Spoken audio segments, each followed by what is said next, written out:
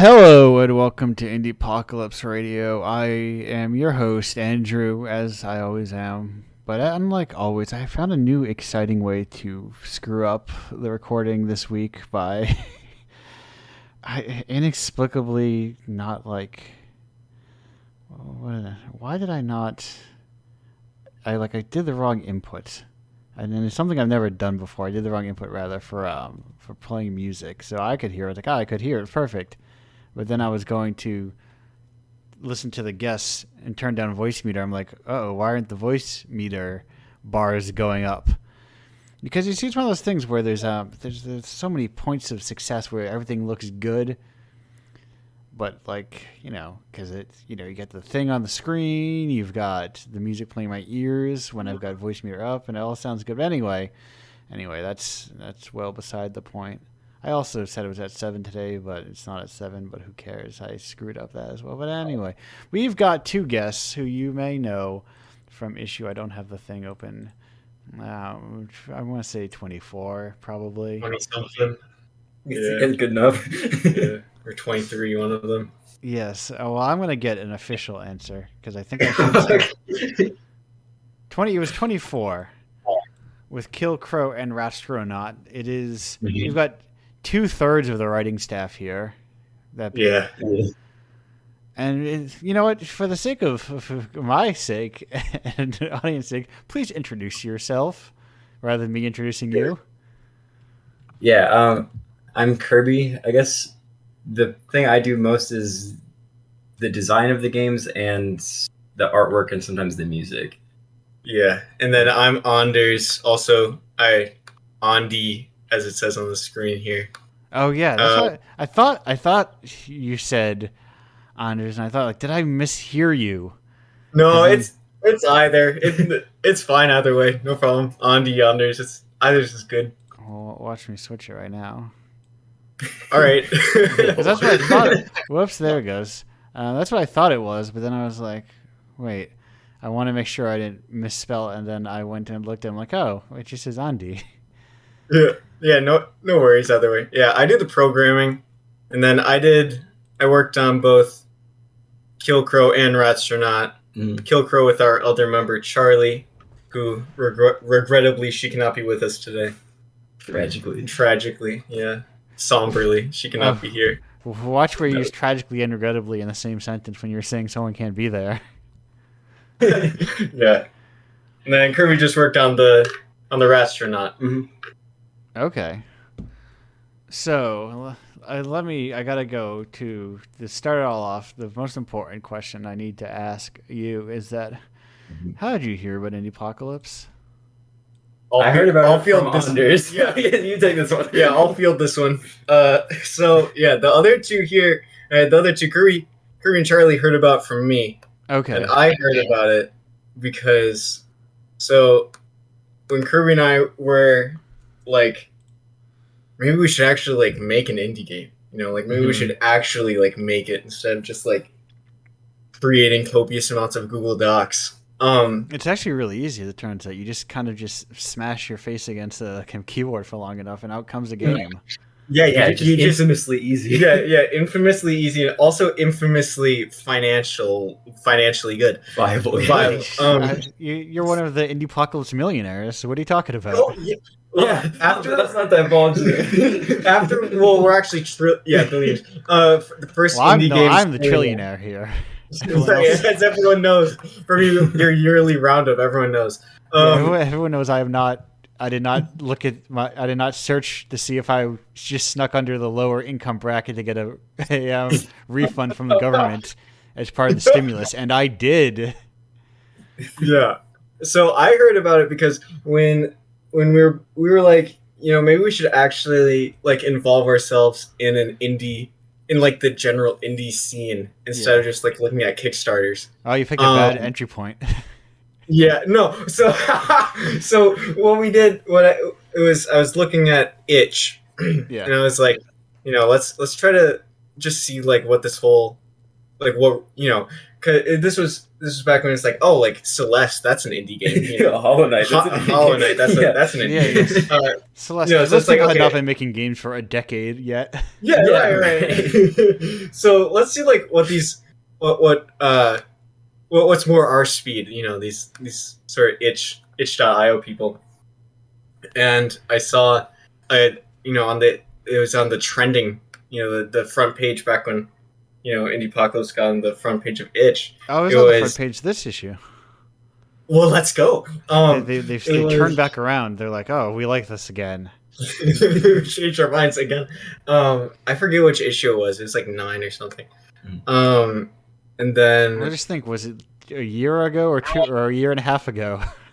it was around then. I don't know. And I was reading this and I was like, man, this sounds awesome. And then I joined the Discord server, and then I joined Derivative's Discord server, and then joined Critical's Discord, and then DeepHell, and then that's kind of how I got into here. Yeah. Well, perfect. That's a great way to find it. The front page, the front page does a lot of work, you know, does a lot of heavy lifting when you get there. I have a good, so about that with the analytics on our itch games. Mm-hmm.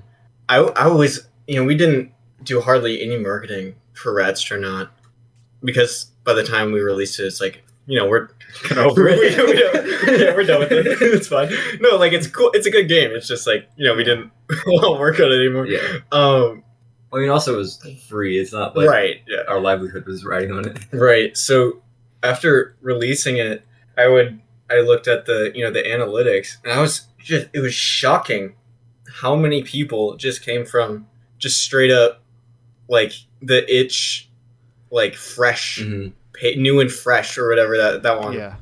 You know, that it was like, wow, like, a lot of, you know, the first couple of days, like, a couple, like, dozens, like, over 100 people in the first day. I was like, what?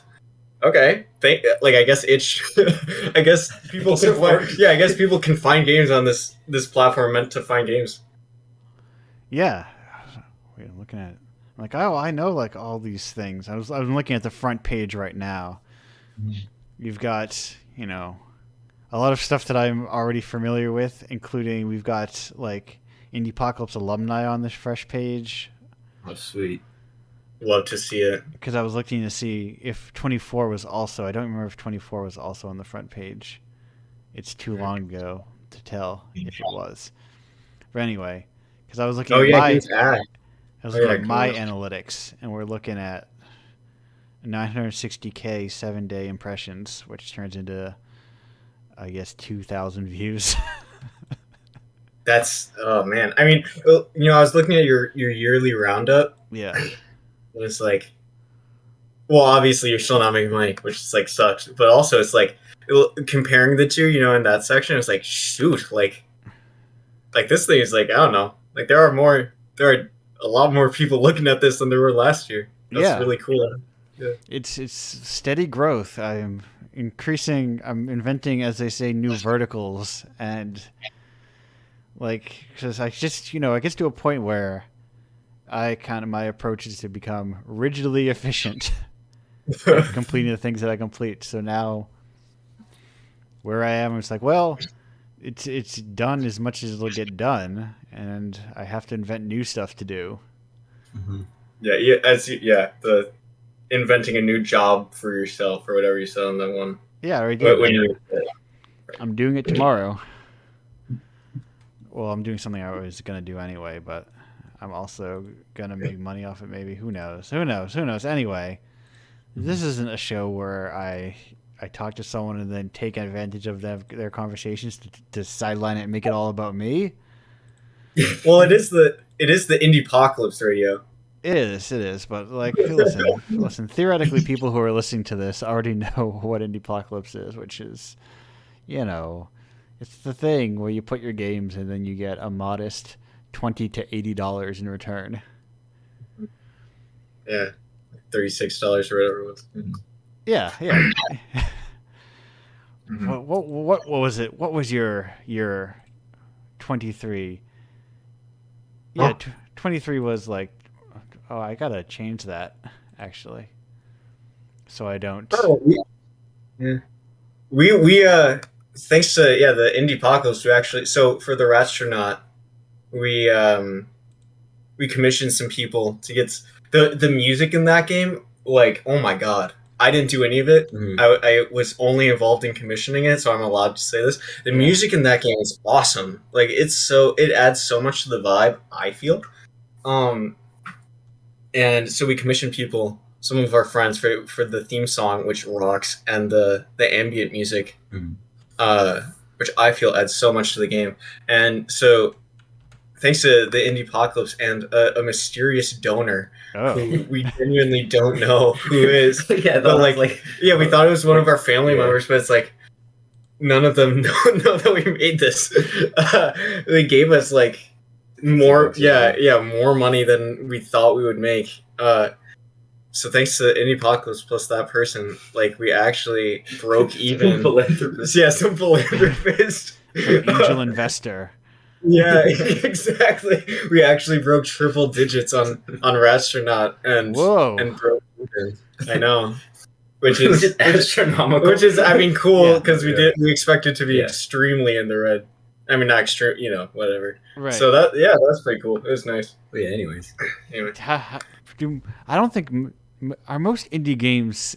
I don't think most indie games are in the red because they don't have budgets that exist. So no, exactly. No, we talk about that a lot.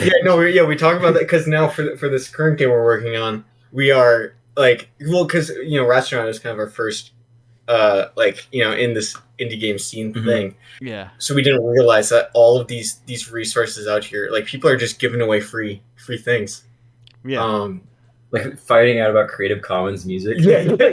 Like, holy shit. Yeah. So so what I was doing, I was playing Ash K's Nuke Heck. Recently I've been hyper fixating on Ash. Ash K has been on a roll. Yeah, no, they making like incredible stuff. Mega shout out to Ash K. So I was playing Nuke Heck, and I was like, holy nuts! The soundtrack on this is insane. Like, this is awesome. And I was like, okay, let's see in this itch.io description if we can get a finger on the pulse here for the soundtrack. And they said in the bio, this is all Creative Commons music. It's like, what? Are you melting my mind right now? Or it was. Now I found this, it just more and more resources of, like, so people will just give professional level awesome things away for free. Yeah. To be used in indie games. It's like, okay, I will use this. I'll take Yeah. Yeah, I guess theoretically, maybe there's some like end goal to it. Maybe there isn't. I don't know. I don't know if right. As long as we're also selling the game for $0. Right. Yes. These cool things. Yeah. So that was Kill Crow made on zero budget. Mm-hmm. The current game we're working on, $0 involved there. Yeah. So. But then it's weird to talk about budget because it's also like, oh yeah, how much time are you investing? Right. Right. How much do you charge your time? Do you use minimum wage, or do you? Right. Like, if we should be getting a proper salary. If we're giving ourselves a proper salary, it's like, oh man, like, I don't know where I'm going to get that much money. No, you don't listen. You don't want to see the year in review where I factor in my labor, my time and labor, in terms of the cost of things. Suddenly that negative number gets way bigger. Yeah, suddenly it increases by a degree or two. Yeah, I've even forgotten to put on my postage, like to mark my postage cost, actually, and some of my supply costs. I'm usually good at like most of it, but I just realized oh no, I haven't been keeping my postage receipts and that kind of thing. But I mean, it's like fine mostly. It's not that much. And small numbers. So far, all it really would get is maybe a couple more bucks on my refund at the end of the year. It's a good tip if you like art and you want to support art, turn it into a failing business, and then it's like getting a little grant back on your tax refund. It's genius. All you have to do is be hundreds or thousands of dollars in the red by the end of the year. Yeah. That's all you have to do to support the arts. Yeah, I go there, I put in my 1099s, and I go over and put in my commission and fees payments, and it's like whoop, my number skyrockets, relatively speaking. There we go. It's an ingenious economic scheme. Yes. Infinite money glitch, truly. Yes, because if you're doing it all year, by the time you're filing your taxes and you get that extra like $700 bump, you forgot that you spent $10,000 to get there. It's just exactly. Yeah, it's a little spending money. Yeah, and if you spend it on something you like, it's supporting the arts kind of thing. It's hardly like you're losing money at all. Yeah, exactly. It's like if the government was paying me to buy all these comics. Yeah, government's paying me to look at itch.io. Yeah. For exactly. hours. To fund itch developers, the government's giving me some money. Yeah. Well, They just think it's a failed. Yeah. They just think it's a bad business. It doesn't make any money. And, a lot of ways they're not wrong. Yeah. But whatever. That's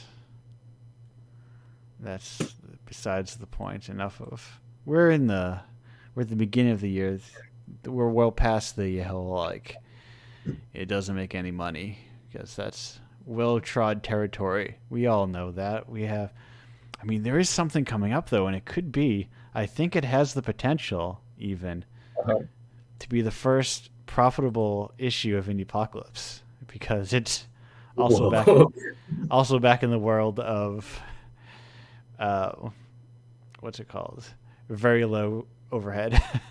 Mm-hmm.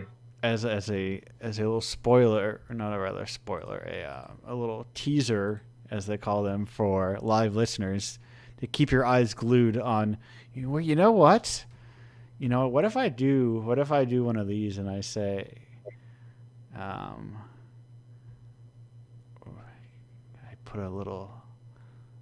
I could just make an image real quick and be like, hey, look, here's a little fun surprise for people of who cares now, just wait till it comes out. Okay. Less than the 5 other people will just be even more. I was like, you know what, I tried, my Twitter engagement didn't work, you people have to wait. That's fine. I don't have the energy to do that whole thing. Okay, so how do you use Twitter for engagement? Do I just have to talk about Mario and be like, I love Here's Mario. What we do. I love Mario. Yeah, so let's dive into our secrets. Some of our insider trading secrets. Give me Here's what we do for our Twitter. We don't use it. Yeah. We created an account years ago. Yeah, we created an account 1 year in advance and post nothing on it ever. That's our secret. That's the dream, really. That's what I it's worked out great. Yeah, it's worked out. It's worked out incredible. We have a completely, our community is the least toxic on the internet. It's because we don't have anyone. That's beautiful. Yeah, I like to think similarly about the Indiepocalypse community, because I like to think it doesn't exist. Yeah, it's just a bunch of bots. The secret to having a healthy community is to not have a community. Yeah, there's no one here. No. It's one of those weird things. There's 300. There's 112 people currently online, and there's almost 400 people on that Discord server, and what are they doing? What are they doing here? On the other hand, the Indiepocalypse Radio on Spotify has exactly 1 rating. Nice. And I know it's from myself. Oh, okay. There's no I way. thought- So just more evidence to show that there's no one here. I thought you were gonna say that there's it's a bad one. Wait. I guess you never actually answered that question whether it was a good or bad rating. Exactly one rating. It is one. No. Just a really mean spirited. A lot of personal attacks. Yeah. No. Yeah, well, just like he just rambles too much. Kind of no clear goals. I don't know any of these people they're talking to. What's the point? Where's famous? Cut out the music. What's even the point here? Yeah. Where are the famous developers? I don't get this. Why did Conan Where's the O'Brien Winston invent song? podcasts if we're gonna have to listen to garbage like this? What a mess. But I don't even. Anyway, that's who cares? Who cares? Who cares? That's what the show is. Yeah, I will get. No, see, I can't get video game people, but I feel if I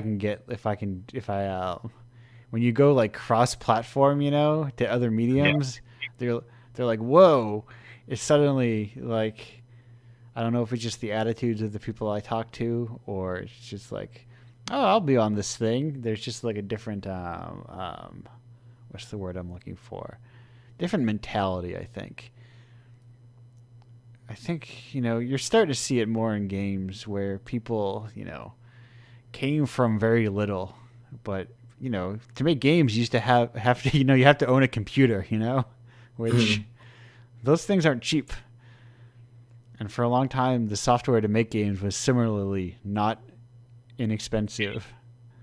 Yeah, the amount of programs now that are free or open source, or at least significantly cheaper than some like quote unquote industry standard things are unreal. Like for example, Blender, Unreal. like what you. Well, yeah, that's a good example. Yeah, or like the thing, like the strides that Blender's making, as just 3D modeling software is incredible. So now I've been a GIMP household, and I respect open source software, and all sorts of like, that's entirely what I use. I don't use paid software really at all, except for like some edge cases or something. I think I technically paid for Voicemeeter is technically free, but I also paid them because I use it so much. Yeah, I don't think we've had to pay for anything yet. Yeah, no, not for any software. Yeah, it's like we said, like it's if you have a computer, that's still a barring factor, and internet. But like, there's so much good stuff out there for free now. It's so nice. It's or even like tutorials for learning how to program, exactly. or learning how to model. It's the barrier to entry is really low, and that's so good, so cool.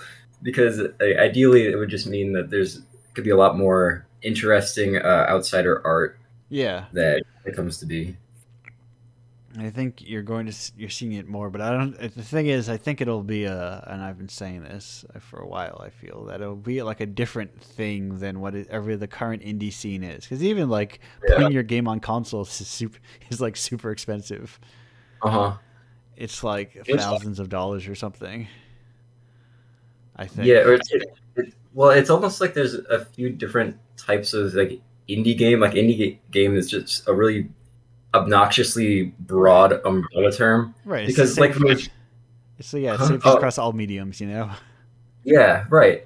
Because like we were joking about earlier, like Celeste or Hollow Knight are technically indie games or whatever, but then also like some of these tiny itch games. Anyway, like it's just. They're effectively completely different sections of video game making. Yeah. But you don't have to worry too much about it because the people who the itch games, they just get completely ignored. So Right. Not even in the consideration. So it's a complete non-issue.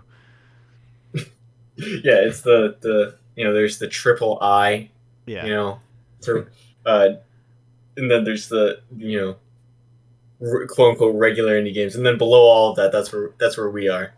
Yes, that's where I live. That's where I love mucking it around in the slop with all with all with the the literal 10-second games for free yes, play out there on itch. God, Yeah. some of those are so much better though than like long games that like who cares about. I don't know. It feels very strange to get excited about. Yeah, well, what I like about it is because I feel like at a certain point of professionalism or something, a lot of games become somewhat predictable. I mean, Yeah, part of that's because they need to make money back in order to survive and make more games. But um, just the really small, like teeny tiny, weirdo, kind of poorly made games are so cool because they're highly experimental in a way that a lot of other types of games aren't. So it's a really great like cesspool for a bunch of ideas to bubble up that could change how people think about making games, or even like when they hear the word like game, what even comes to mind. yeah. I've had a lot of experiences where I'll hear about a game in like the periphery for a while of like, oh, this is a such an innovative or exciting or hyped up new game. I'm like, oh, that sounds interesting, whatever. And then I'll see them and go, oh, that's what that is. It's just Yeah, like when people were talking about Chicory a lot, and then I saw like I flipped over like when GDQ was running, someone's running like, oh, that's just Chicory. It's just like Zelda. Oh, Oh, yeah, I've already seen this. It's not, yeah, anything yeah, you haven't seen before. yeah, yeah, right. It's just like, oh, okay.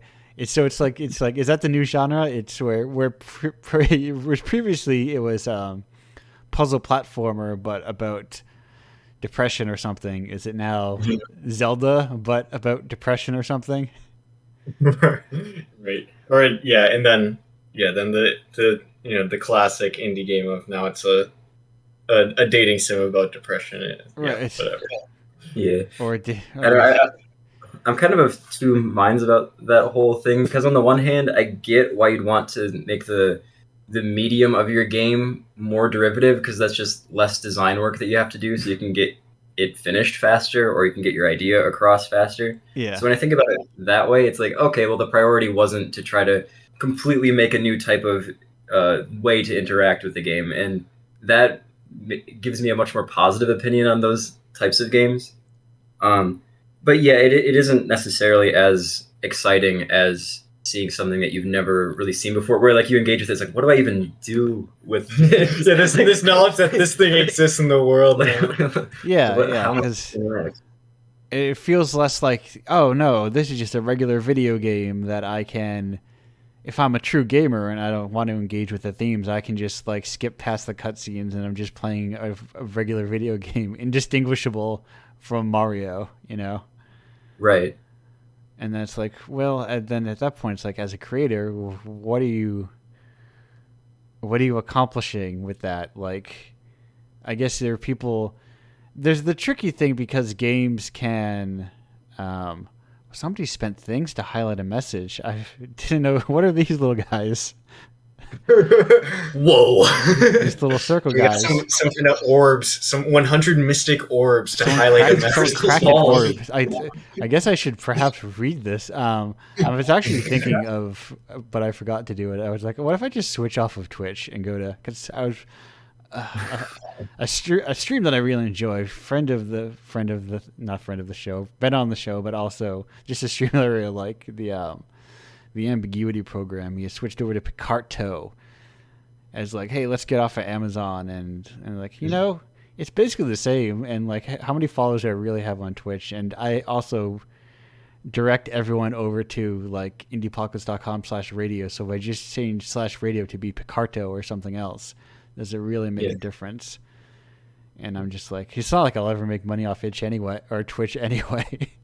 But I think that's actually a good idea. I mean, because smaller operations are kind of perfect for switching up yeah. platform. You know, so I don't know. But anyway, this thing, the itch generation is kind of like, it is kind of like new wave with some. Yes, the general idea of like, it's like a, it's like new wave. there's ideas that are just kind of help the medium progress. And the part of why I'm here is also so it's like, these people help the medium progress, and then like it's not like some Devolver funded game. You make your game in your room by yourself. You release it on itch, and it's like, oh, it's really cool. It gets covered on the blogs, but because of the style of game it is, it's your like 10-minute experimental game, and then the core concept or what makes it interesting gets scooped up by some some seasoned developer with Devolver funding, and then you're like, well, at least I get sometimes referenced maybe in a review about the game itself. Yeah. At least I become trivia. Yes, at least I can become. Oh, and now I'm forgetting what's the. At least I can become a Finaminer one day, Yeah, right. Yeah, exactly. Oh my god, exactly. That's a perfect example. So like that's kind of why that's part of what I'm trying to do is actually like, hey, well, I mean, New Wave was very popular. It made plenty of people a lot of money, Mm-hmm. I feel that's the secret to you're underground when Devolver Digital Publishing steals your idea. I feel like that would be pretty cool. Yeah, that's when you have a call following. But I feel like that's horrible. No, that would be terrible. I think it stops feeling cool pretty quick. When you see their budget, you see how many copies they sold in the first month. That's when it stops being cool. Oh, yeah, you're right. It's like, oh yes, this $1 billion publicly traded company is funding someone else giving someone else millions of dollars to just basically do what I did. And then you can obnoxiously tell people, well, I basically made that. When the Infiniminer devs, when Minecraft surpassed Tetris in global game sales, it's like, well, I basically surpassed the global game sales, except I don't have the money. Okay. Oh no. Yeah, it's at least in the Devolver case, so long as you don't make it about pixel violence, you'll probably be fine. Oh yeah, right. And like we were saying, like we're the lowest of the low as far as exactly. Real dregs. Real dregs of the earth. Like right. You're the local band opening for the touring indie that people still don't really know. Exactly. Oh my god! Wait. Speaking of which, we did that. Kirby and I did that unintentionally for what's this? Frederick Brown. Oh yeah. We found this this image of an old sci-fi book by some guy named Frederick Brown. Can you send it in the Discord? Here, yeah, I'll try to find this. Try to send this to you. He's got a Wikipedia page, so. Yeah. Do you have a Wikipedia page? Yeah, no, yeah. But we, did they make triple digits off of the itch.io platform? I don't know. Right, yeah. No, this I'm DMing this image to you. No, he only had one of his stories adapted into a Star Trek episode. Right. Yeah. No, but like what For what are his itch sales? I don't know. He died. In 1972. Yeah, compared to us, he didn't get on the Indiepocalypse radio number 53. It's just sad, really. No. Yeah, I was. Oh, I forgot this. Yeah, I forgot to change that up because I don't. 54. I mean. Yeah, I don't have one of the things I lost in my Windows reinstall apparently is my thing on editing the stream info on this thing here. So I don't have the edit stream info on my OBS right now. What am I of? Yeah, just whatever. There we go. Now the info is properly updated. So you were saying, were you posting it to me? Yes, you were posting it to me. Yeah, I DM'd this to you. I could also send it to the I can take care of business here. All right. This incredible image that we found. I'm a professional streamer. Right. I know all. I have to save this wonderful image we found. We're basically the Devolver Digital of incredible sci-fi fantasy collections. Without intending it, of course. Yeah, I mean, to be fair, a lot of what Indiepocalypse is the what's no? I want to save the image. Fuck no! It wants to see now. That's why I hate fucking Discord, because it like doesn't want to save it as an image. It wants to save it as some bizarre file format. Where did you go? What if you use the snipping I don't tool? want a fucking JFIF, dude. Nobody wants it. No one in their life has ever wanted a JFIF. I want the PNG. It says PNG. Give me it as a. It keeps giving it me as JFIFs. This is. I'm gonna open in a new tab again. Now I'm gonna just type. I'm gonna type. Give me the PNG. Fucking I can't believe I had to type .png to turn into a PNG. What is this world coming to? I can't believe that works. like that seems like something a kid would make up for how you change file formatting. But if you just type it in, it works. Like, what? Yeah, no. Why wouldn't it work? What do you think the computer's doing when you pick the drop-down menu? That's all it's doing. For the benefit of people listening on Spotify later, the image that we found post publishing Ratstronaut was this incredible paperback novella of a rat in what appears to be a cosmonaut suit, standing on some sort of celestial body, with a throng of tiny people, tiny what appear to be other rat figures, maybe other aliens of some sort. Let's get really down here. Yeah, they seem like they might be other rats. Yeah, they're good. And you can clearly see it's they have little tails. They're definitely some variety of. They have it's very much. They got real mouse vibes in terms of their design. To be topical for a moment. So maybe we didn't really steal it because this is a mouse Ratstronaut. Mouse astronaut. Yeah. Yeah, and people like mice. Mice are like small and cute, and it's like, well, I don't like them in my house, but they are kind of small and cute. Rats are weird. I still enjoy a good rat, but they're I feel like rats they're a little fiendish. Yeah, I feel like rats are they're on the same level right now of trendiness as like toads. I don't think they quite breached toad frog territory. Yeah, wait, toads? Oh yeah, I guess they are. I was like, well, toads are on trend right now. Who knows? I can't keep up with trendy animals. So. Yeah, so just if you're not able to see this image, it's just an incredible mouse in a cosmonaut suit. Do yourself a treat and look up the best of Frederick Brown. The best of Frederick Brown. Yeah. Make sure you check the Ciencia Ficción y Fantasia section of your local bookstore. Yeah, right. Local, if you are. Yeah, I believe that. I'm gonna say Ciencia Ficción. Those accents. Maybe I'm too far divorced, but those accents. What is that? Is that French? I assume. Or Spanish. The Y. That's what I thought. French to differentiate. But the accents are. They feel very. Am I getting? Okay, it probably is Spanish. Perhaps.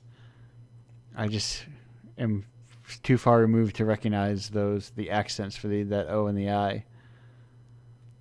Yeah, I only have 10th grade Spanish under my belt, so I'm not the person to ask. I went all the way through college. I was up on that. You're the Spanish expert, you could say. Well, I mean, you live in America. It's like our second language. It's helpful to learn. Whatever. Goodbye. Goodbye, cool space mouse. So, how did you find that space mouse there? So it was, this is again, just another layer of stealing. I found that image from an Instagram account whom I follow. Yeah. Okay. Yeah, I think he found it on his own. Who can say? But yeah, just some Instagram account who does incredible. They just post like old sci-fi book covers. Yeah, kind of a thing. Yeah. But that it kind of reminds me of just the whole idea of taking some old school idea and adapting it. That even though that's not what we did. One of my favorite games out of Indiepocalypse. I forget what issue it was. I think 7, 9 maybe. It was a La Ferrette. Oh yes, the Ernst painting.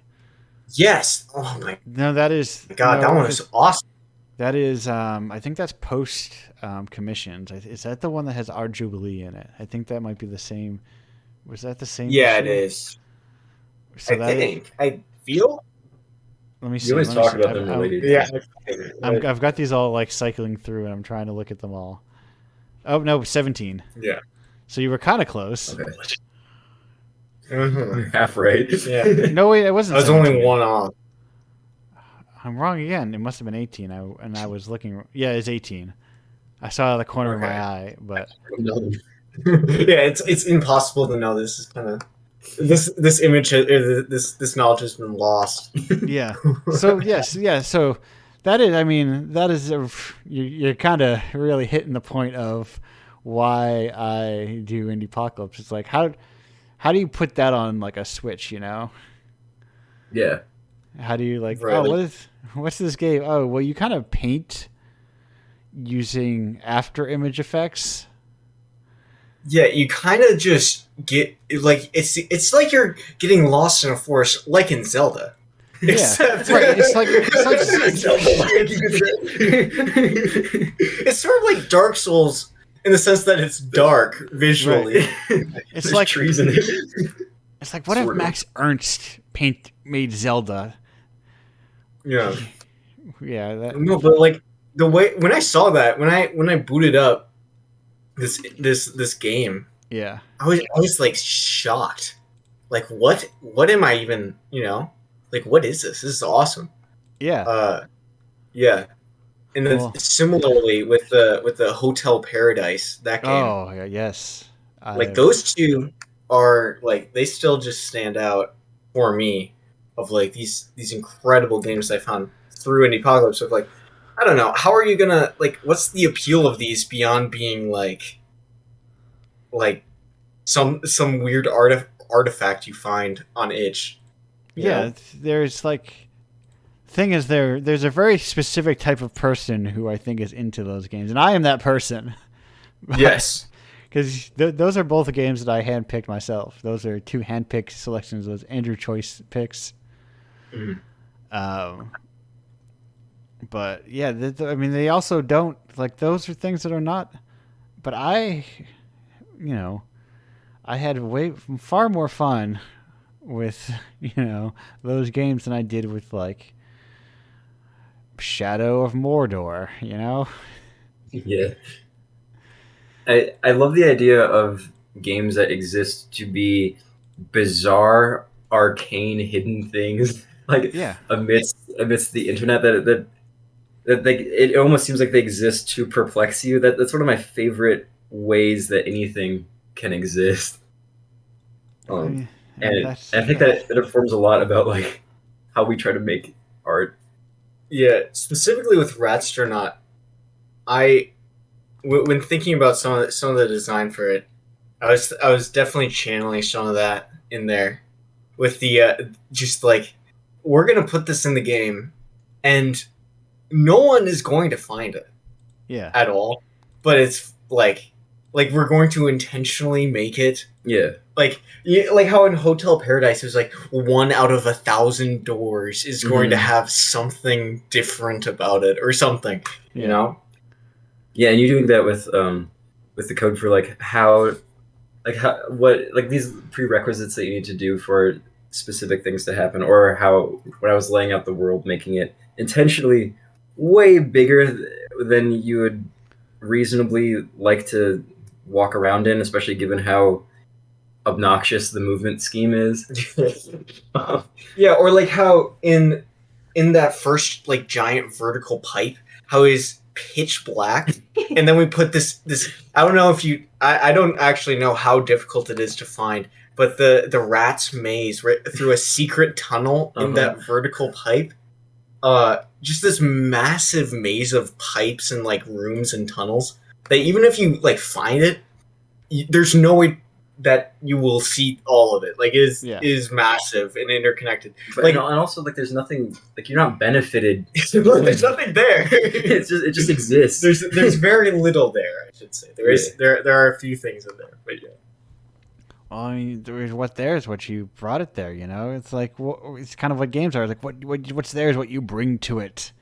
Yeah, exactly. And I love the idea of games, especially ones that have a world that you walk around where it's like the world isn't necessarily an amusement park. It doesn't like exist for your benefit. It's not like hostile to you either. It's just like it's sort of just there, and there's not really a utility reason to do anything. Yeah, that's folks. That's the secret of Shenmue. You know.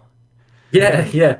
It's just like, oh, what if we just made this hyper specific, like small block, and you just kind of wandered around and soaked in the atmosphere of it, and like, oh, I'm gonna crank a thing and get I'm gonna get that Sonic guy that has the guns, like the Dingo or whatever he is, Sonic the Fighters, and I can look at it, and there's you know, there's art to it. Yeah, like anything like imparts that sense of mystery, like you know when you're a kid and like you hear an urban legend about something, or like you go to a place where you don't feel like you're supposed to be, and your brain like invents all of these stories about it. Like that's the exact type of vibe I love the most in art, but specifically video games are able to get that across the most because it's such an active medium where if they want to, the creator can take a back seat and just kind of let the player interact with the game and let the game speak for itself. Whereas I feel like a book or movie, it's a much more like a directed thing from the creator. Right, and you can like pick up on subtleties or that kind of thing, but it's, you can't really sit there. I guess you can pause a movie and just like really stare at it and go back and rewatch it, but not in the same kind of like exploratory way that you can in games. Right, like in a book, like an author has to be kind of insanely talented in order to make something subtle in a book, because literally all the information you had to write it there and someone can read it. Like there's nothing really hidden, but like a game can just put something somewhere and it doesn't have to be interacted with. Right. And also like, and the story doesn't have to even be there doesn't have to be a story at all, right? Like it can just be a space that you can exist inside of. And it's really cool. Really cool. And that's not like a new take, but no. I also have that normal take. Yeah, I also have that. Yeah. Well, Indiepocalypse Radio known for its steaming hot normal takes about things. Incredibly lukewarm. Yeah, average. Like, no one. People show up at Indiepocalypse Radio with all their swords, and they get all anxious, and then they're like, "There's no one to point them at here. What am I gonna do?" No, it's funny that you mentioned that, because Anders had told me that we were going to be on the podcast, and I was like, "Oh my god, I don't what, like an interview, what?" And then so I listened to other episodes of it. It's like, oh, we just talk. Yeah. Okay. This is a radio show, I think, more than like a podcast or an interview or that sort of thing, where it's like, hey, there's people on, we talk about your I don't think it has the reach to justify, hey, come on and talk about your upcoming projects, because three people are going to hear about it. Well, and that's what I like about it, though, is it's not necessarily an interview, so it doesn't feel promotional. Like it feels, if there is a purpose to it, it's just to make game developers seem more human. Yeah, it's to ideally put different people who wouldn't see each other in the same room and have them, oh, I'm meeting this other, theoretically there's usually multiple guests here that don't know each other, that are not in the physically same room. But not this time. No, we're the antithesis. Yeah, I should work on doing that right now. Honestly, I should email people to be like, "Hey, you need it's so listen. There's I do so much. It's so hard for like to fall behind on something, and Yeah. like it'd be hard to catch up. For a long time, I was like way ahead, where I was like nailing it all. I was like, oh, I'm like 2 or 3 weeks ahead of everything. I've got 3 guests lined up 3 weeks in advance for 3 shows worth of things, and then I just kind of like fell behind and never caught up. Yeah, well, like as you know, as I'm sure you're experiencing, as Indiepocalypse grows and as you get more and more of those projects, it's just like there is still only one of you, Yes, and that's and I can't even afford to pay myself. right, yeah, So how do you get another person? You know? right. Will you spend your time to not get paid to organize this radio show that 8 people will watch? Yeah. It's Right. like it's awesome, but also like yeah, it's a bit of a hard sell, you know. Yeah, it's Unfortunately. it's it's a lot of stuff. It's a lot of work. Mhm. Uh, and I also, have to live a life, as they say. Right. Uh, Like you can't just have your entire life revolving around this one thing. no, as it turns out, that would be exhausting, and I Hmm. like to go out and I like to, you know, be a person within the world. I like to talk to friends, and my friends aren't just people online. Yeah. Yeah, despite the loudness of this internet thing, there is also an entirely other real world.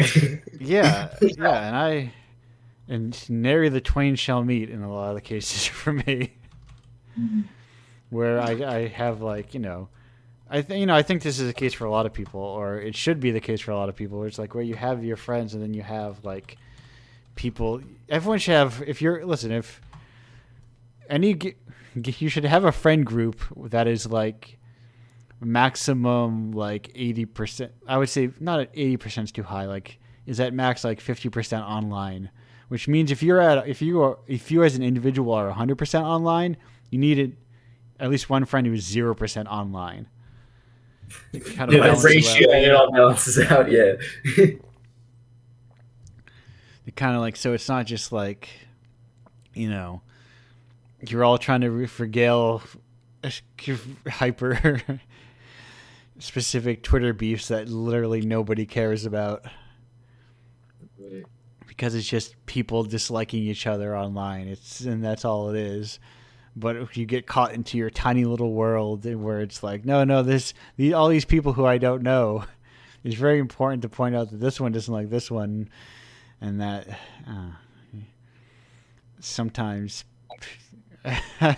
whenever I see, I don't know, there was a thing about a guy being shitty or condescending about fans translation stuff, and then I saw scatter shots of discourse. I'm like, what if people just are allowed to not like a person? you know, what a world that would dreaded be. discourse. What a world. It's like, what if I just like don't like this person that you don't even personally know, and you're just like, that's fine. That person doesn't like that person. I don't need to tell them they're wrong. There's a lot of people in the world, you can't like them all. Yeah. Right. One, and also something about fan translations or whatever that example was. It's like Yeah. it's okay to just disagree. It's okay if you like fan translations or if you don't like them. 'Cause It's I a feel whole like thing, but yeah, okay. people people have difficulty disagreeing without being, I say people when what I mean a very specific version of online person who has had their brain so thoroughly rotted through they no longer know how to interact with humans on a standard level. Yeah, It's like all we jokingly said we were the dregs, yeah. when in reality, like I think we all know who the real We're no dregs is. we're the social capital dregs, you know, Oh yeah. the rabble, if you will. Right. But yeah, I don't know. I guess if that's how you want to spend your life, you just live your life the best you want. I think a lot about the um, there's a panel, or is it two panels? I think it's two panels, I believe, from the old webcomic Cucumber Quest. If I can pull it up, which kind of like really, I just typed. So this is a fun thing when I'm talking to you and I'm just typing in the singular thing, you know, and it's like I need to type the specific thing that I'm looking for.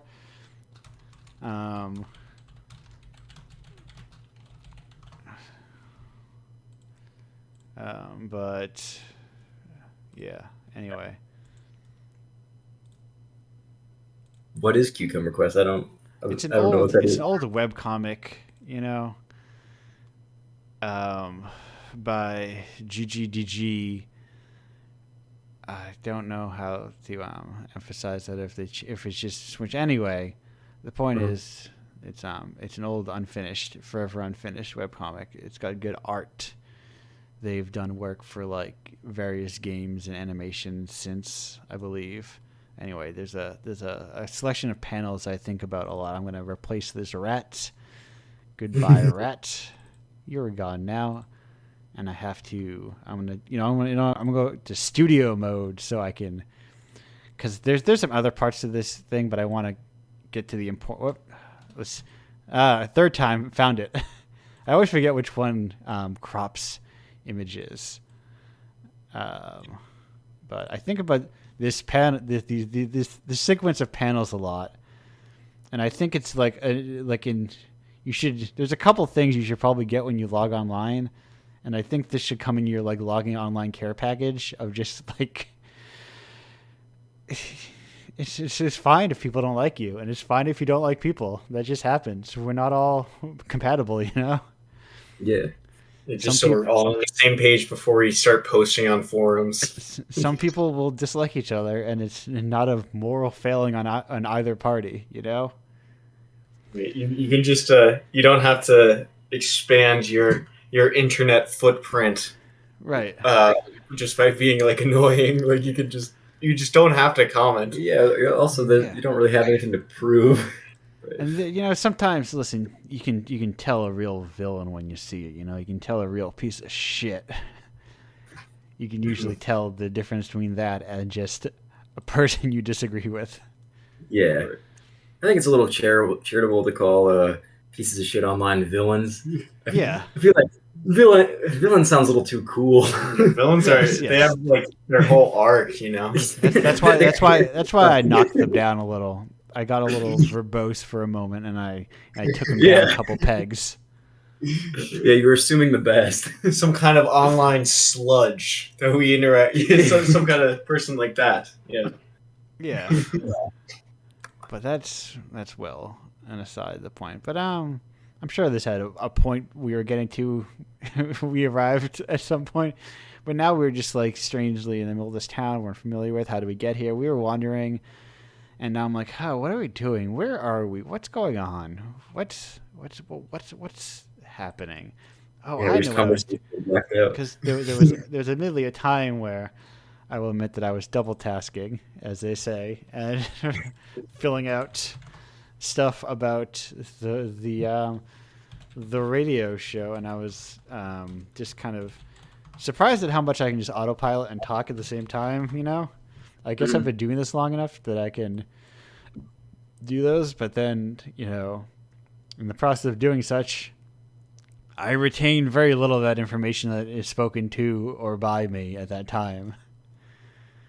Yeah, no, that's fine, because there is a period of time during this conversation where I was staring at Max Ernst paintings. So yeah, so we're on the same page there. Well, perfect. Well, speaking of Max Ernst paintings, Anders, Kirby, for the both of you, if you were to adapt the work of any prominent painter into a video game, who would it be? Fuck. Well, I saw this. Okay, so while I buy time thinking of this, Kirby, you buy Kirby, don't listen to me. I won't. Yeah, you. Okay, I'm buying us time. I'm putting wax in my ears. Yeah, as we okay. speak. Some beeswax, proverbially, of course.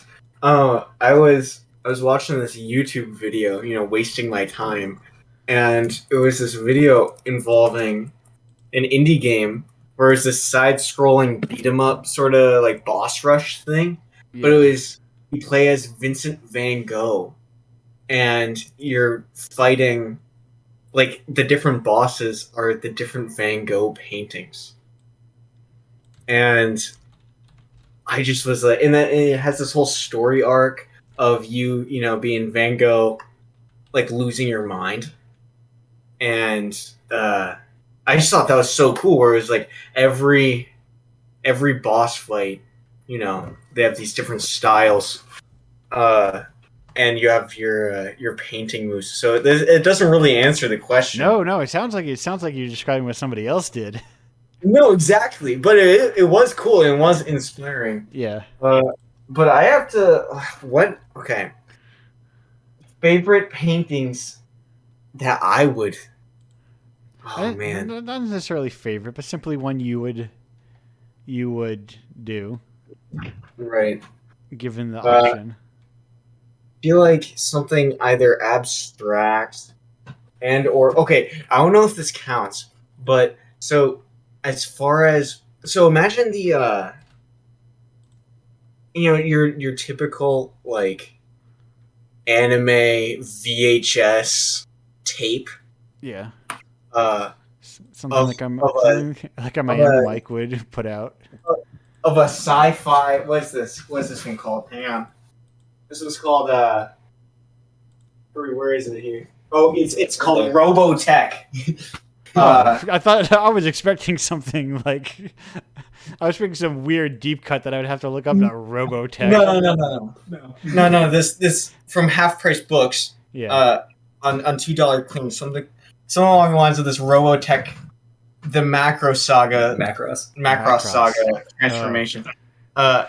I think I've something like had a this Macross covered. expert on the show before. I am not. I don't even know what this is. You don't. You can't tell me about Harmony Gold. I can't even tell you about telling you about Harmony Gold. What do you think? Short sidebar. What do you think Harmony Gold is? It sounds. I'm gonna guess it's a mech. I feel like that's not even close. Oh well. But something like this where it's like some like awesome. Oh my god! Have you seen Freedom? We just watched this. Freedom anime.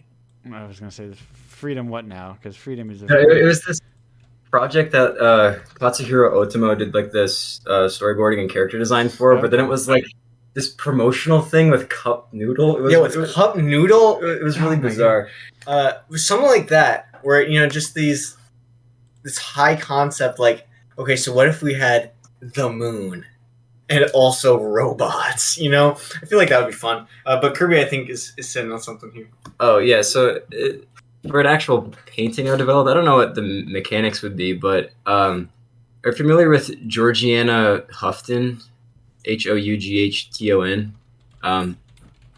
I just think that her paintings are pretty cool, just with all the different colors and the lines. They've got a vibe about them. As far as like adapting them into a game. Oh my god! I just realized Hieronymus was his name. Oh, Bosch. Bosch. That'd be so fun. The one where the skeleton is coming out of the cornfield. Yeah, that one. There's also a different dude, this Polish guy. It's like Zdzisław Beksinski or something like that. Is that His stuff's really... I feel like his style just got cribbed by somebody else. Oh, that might be. I feel like there was a horror game where they were saying that someone had cribbed his style for their aesthetic. I'm sure it's a pretty strong style. Yeah. Oh, I was just at the, not just at, but recently I was at the Minneapolis Institute of Art. And I saw this painting. I'm sending this again, I'm DMing this to Andrew. Okay. This one I feel would be fun. I don't know the name of it. This one. It's cool, I think. But you could describe it or describe Yeah, what yeah. you like about it. So it's like this. So the idea is there's a plaque by this one. I don't know what it's called. I didn't take a picture of the plaque. But it's like there was another painting, and then this is like a surrealist's interpretation of it, where it's like the original painting, but it's like blown out, and now it's like a self-portrait. Like, oh man, and so there's just like, so it's the original painting. There's like a room, just like in regular landscape room, but now the new painting is like it's that same room, but like the different elements of it are like blown out into like this like stitched together void sort of vibe, and like looks like a tornado went through it. How would you adapt it? Would it be like the environment of the game or what? Yeah, I feel like it would be an interesting environment to try to, piece together this like or an interesting setting where with the idea of this was a normal place, and then quite literally, it was like torn apart and replaced into this new hastily put together. This isn't the most original idea ever, but you could have it where there's like a normal map, and then in some way it becomes a surrealist version of that same map. Right. I also just like the feeling of the like all the stitches and the like the gouges that looks like out of the original painting. Oh, yeah, and back to my original answer, the Georgiana Houghton. What I like about her stuff is allegedly what she talked about. She liked doing painting automatically, so it'd be like she wouldn't think about it. She would just like put the brushes in her hand and then like let her hand do what it wanted to do. And I think it would be interesting to try to make a game from that perspective, because with programming and with like level design, that's such a it's usually such an intentional process, because you have to like think about getting everything to work properly. But I think it would be really cool to try to not think about it as much as possible and just kind of stick things together how it feels right at the moment and just see what you make at the end. Yeah, I've thought a lot about the idea of just like the idea of drawing straight to ink and skipping penciling, but for video games, just like hard committing to just ideas and just like not obsessing forever over it. Yeah, because that's something that Anders and I run into a lot with how we design is we almost over ideate or over design something before we begin, just because we're talking to each other a lot. So we're able to refine ideas really, really quickly, perhaps to the detriment of just getting a unique, weird idea and running with it and having like a really short start and end time. Yeah. So I think that would be a fun process to try to work on intentionally. Right, which is like that's kind of the space that Charlie and I were coming at with Killcrow. Yeah. Is because it was for that that game jam. It was for the people who don't know about Killcrow. Is originally for a where is they the strangest.io super sensory overload game jam.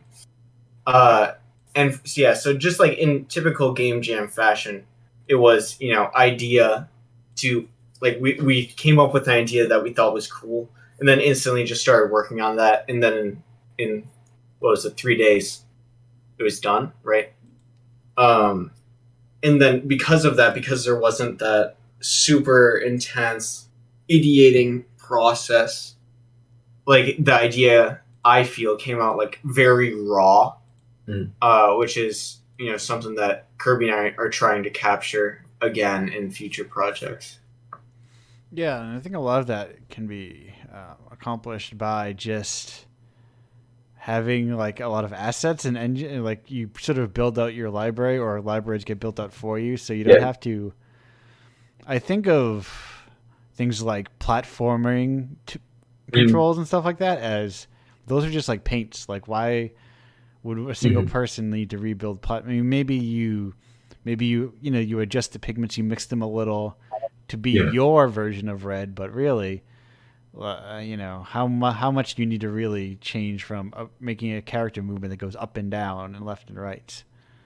No, that's actually a really good way to think about it, because I think it's easy to get to look at the superficial differences between games and convince yourself that they're a lot more different than they actually are. Yeah.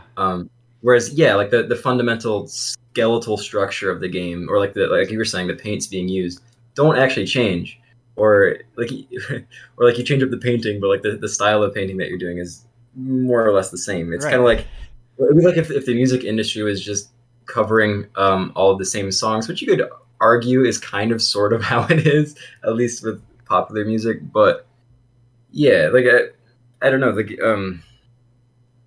I think this is again where having resource banks like huge asset libraries and Creative Commons music and open source programming and modeling software is hugely beneficial, because it just takes out so much of the startup effort for getting things to play with. Yeah, and I'm here trying to push it one little step further and go, hey, what if game mechanics themselves were also considered to be part of that clump of assets you can reuse? Like if I was to make my Zelda game, what if I can just fire up Unity and press a button and it's like, yes, now my controller has 8-wave movement and it can attack. Why think about those kinds of things? Why it seems like such an unnecessary step of the design process. Like, no, I feel the exact same way, because I've been thinking of since publishing Ratstronaut. I've had these ideas kicking around of it's literally the exact same movement controller and everything, the character controller from Ratstronaut. Yeah. But so like we have that down, but this is a very different game. It's You're talking about our current project? No, I'm talking about a different one. Oh, okay. Just like it's like we've already gotten this thing nailed down how we like it, so like we can build on that already. Or like our current project, we're looking at previous games already made. It's like, well, like the groundwork's already done for us, Yeah. Well, yeah, because you can use things that have been previously made as a foundation, because you didn't have to do that work really at all, because then you can use that as a jumping off point to make something like either use a similar system that's already been made for you but deeper or in a more interesting way, or take it in a completely different direction and use the same amount of effort that you would have made creating these systems that already have been made to make something that's actually new. And I feel like that is a really cool way to utilize art that has been done before you. Right. Games they're so new. I think it's hard for people to nail down like what are reproducible assets and what are not. Like what considers like, oh, to be too reiterating the work, especially because it's all digital and it's not like it's a little more difficult than saying, well, I guess all art is running into this situation where you produce digital art and it's like, well, I changed the face. I mean, that's just those little shitty things that people are making. Is that not, I guess now I'm getting close to describing just what NFTs are, where it's like, oh no, it's digital art where I just swap out a little couple pieces here and there. And at what point does it become a new piece of art? Well, the other thing about that is, even if with all of this, even if it does come out being like dinky or shitty or not really interesting, it can still, from a development side, be very helpful. Like helpful practice. It can still be fun to use the Mario controller and Mario assets. Like just look at Super Mario Maker. Like right. Like you don't have to put everything on itch. No. You can just like make things for fun. Yeah, you can have a sketchbook. Right, exactly, Yeah. exactly. Yeah, you can right. have You don't have just to publish it. you can have just a project file, and then you just open it up and be like, oh, I want to mess around with like building a level around double jumping, and that's it. That can be your project file. That it's just like it's a room within your game that's just you playing around with the idea, the concept of a double Yeah. jump. Right. Yeah. And without having access to large amounts of assets, it becomes almost impossible to sketch in like with a game.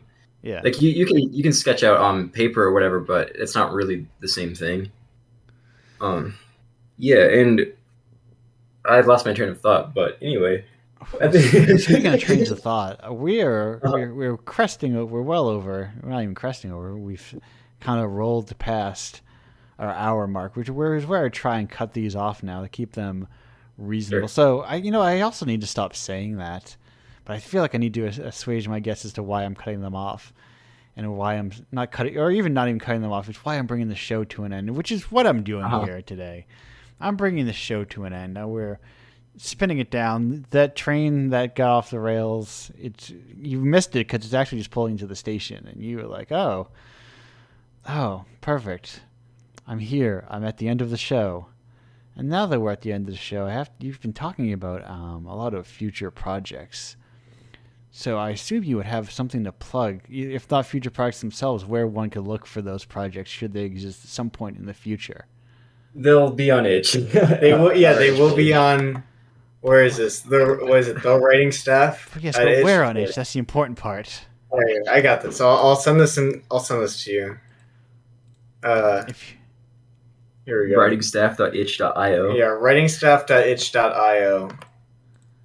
You can, or at the writing staff on Twitter if we decide to post there. Which we won't. Which we probably will not. So who knows? No need to worry about that. No need. Set Twitter aside in your mind. Well, I have. Do you have a Discord people can join? Join the Indiepocalypse Discord. We're in there. Yeah, that's the closest thing. we're in the critical Discord. If you add us there. Join the Games by Ash K Discord. I'm in there. No, we don't have that on Discord. Too many people have Discords. We need to shut them down. We need less. I don't know. I have very uncomplicated feelings about Discords.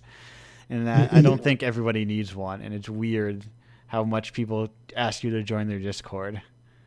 That's why I don't advertise it, because I don't need.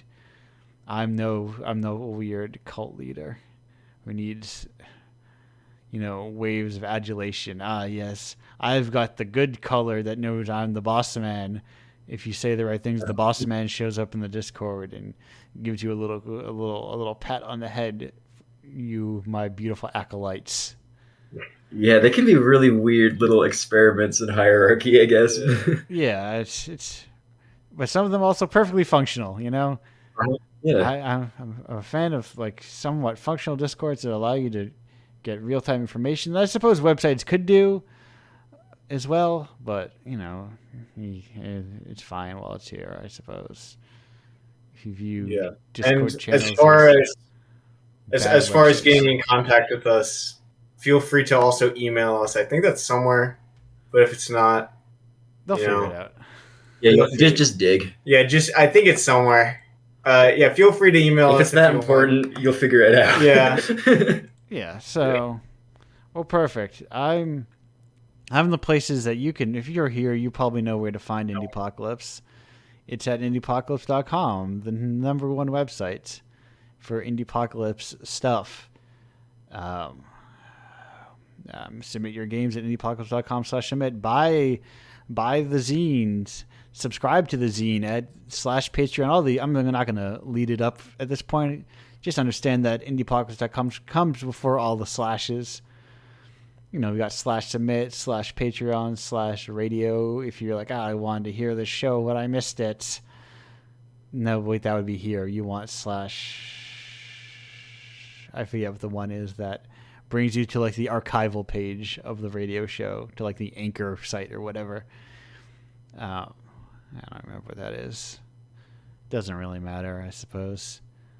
I there's a special surprise coming on Wednesday, a special bonus issue. Tell your friends to get excited about. This is a neat little another side project I've developed within Indiepocalypse. I'm excited about this one. This one is very cool. It's come together very quickly, surprisingly, and I'm a huge fan of it. I think this is a very I'm just out here doing constant work as if I was successful at any of it. I'm just marching forward as if, no, this is a success. I'll just act like I am an ever-expanding, successful venture. But anyway, if you make games, I'm also tomorrow, and for all points in the future, I'm running a consignment shop where you can, give me a modest printing fee for me to print postcards on, and then I will bring your games to all future shows that I go to, large or small, and sell games as on consignment as a way of, you got to change the way the indie market is viewed and everything like that. You have to fundamentally shake up everything. You can't fight people with community managers and marketing teams. And that's pizzapranks.com/consignment. Sounds right. But that's it. That's the show. We're pulling into the old station, and we're calling it one. And what we're calling is the end of the show. Anders, Kirby, thank you for being here. I didn't say your names during the show because as it turns out, I never quite differentiated you perfectly, so I never took that gambit. No functional difference. Yeah, it's all right. No problem. Thank you for having us. Yeah, this is great. Well, glad to be here. Glad to talk to you, and I'm going to leave people with, hey, actually playing music at the end of this, as opposed to all those other times at the beginning of the show where I screwed it up. This time, I didn't screw it up, and the music's going to play as we leave, and I'll be back next week with more probably game developers. That's what usually comes on this show. Occasionally not, but it's the people I have easiest access to, and who are most likely to appear on the show. Cold emailing people. Listen. It's enough to cold email people to call them on to bring this on the show. It's doubly so if I also have to explain to them sort of what Indiepocalypse is, Then it's just I don't have that form email yet. Or actually, I think I do. Anyway, goodbye, everyone.